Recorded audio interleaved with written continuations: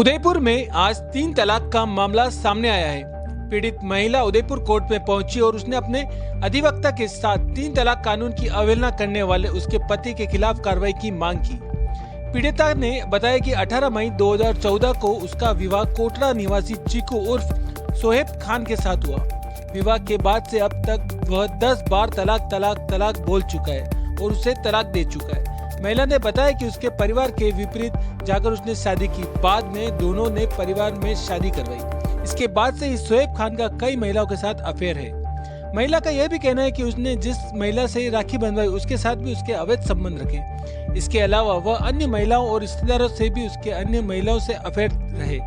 यही नहीं, वह कश्मीर शिफ्ट हो गई, लेकिन उसके बावजूद आरोपी पति उसको लगातार परेशान कर रहा है। साथ ही भरण पोषण के लिए मेंटेनेंस नहीं दे रहा है। महिला ने आरोप लगाया कि उसका पति अवैध मादक पदार्थों की तस्करी में भी लिप्त रहा है। इसके लिए वह कई बार पकड़ा भी जा चुका है। सुनिए पीड़ित महिला ने उदयपुर कोर्ट में मीडिया के सामने क्या कहा। शहर नाम है मेरा और मैं मलातलाई राता खेत रहती हूँ। मेरा मम्मी का घर भी वहीं है मलातलाई में और अच्छी लिटरेट फैमिली से बिलोंग करती हूँ। मेरी शादी हुई थी 2004 में 18 में चीकू शोएब खान कोटड़ा के साथ। उसने पसंद से शादी करी थी, घर वालों से अगेंस्ट जाकर, जबकि सारे लोग शादी वाले दिन सारे मौजूद थे, उसकी फैमिली के भी और मेरी फैमिली के भी। उसके बाद सारी चीज़ें नॉर्मल चल रही थी, पर उसके जो अफेयर थे वो स्टार्टिंग से थे। इवन शादी के रिसेप्शन रॉयल गार्डन में हुआ तब भी उसकी कोई नॉन मुस्लिम, में नाम भी जानती हूँ, उसका एड्रेस भी जानती हूँ, वो लड़की वहाँ मौजूद थी।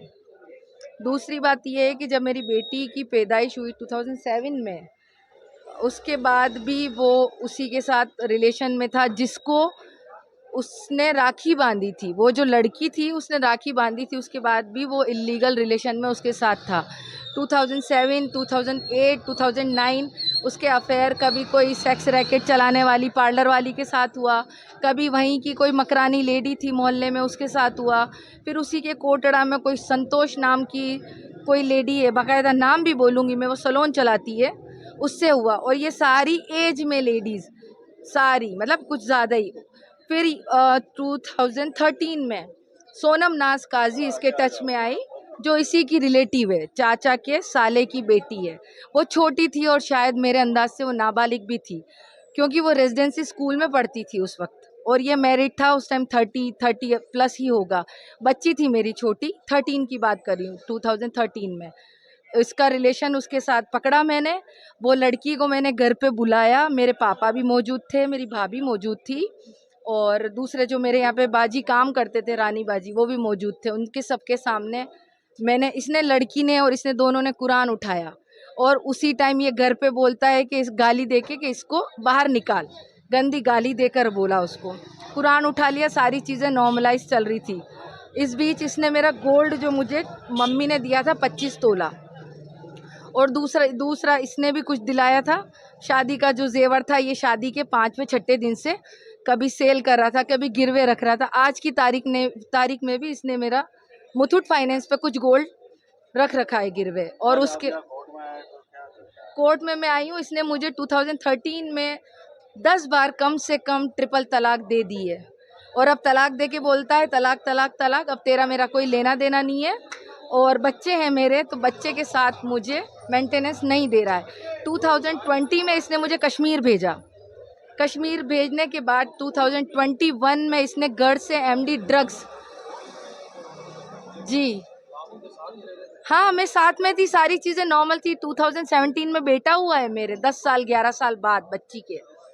मैं कश्मीर शिफ्ट हो गई। इसने मुझे बोला कि कश्मीर हम लोग बिजनेस करेंगे, तेरा भी बुटीक लगा देंगे और हम लोग वहीं रहेंगे। इसने मुझे शिफ्ट किया बच्चे के साथ। वहाँ पे फैमिली फ्रेंड्स हैं, मम्मी के भी, मेरे भी नॉन्स हैं। तो अब जाके 2021 से ये आता जाता रह रहा था। बिजनेस वहाँ से किया इसने, एप्पल का, ड्राई फ्रूट्स का, और भूसावल महाराष्ट्र से ये केले भेजा करता था। आज इसने मुझे ट्रिपल तलाक दे दी है।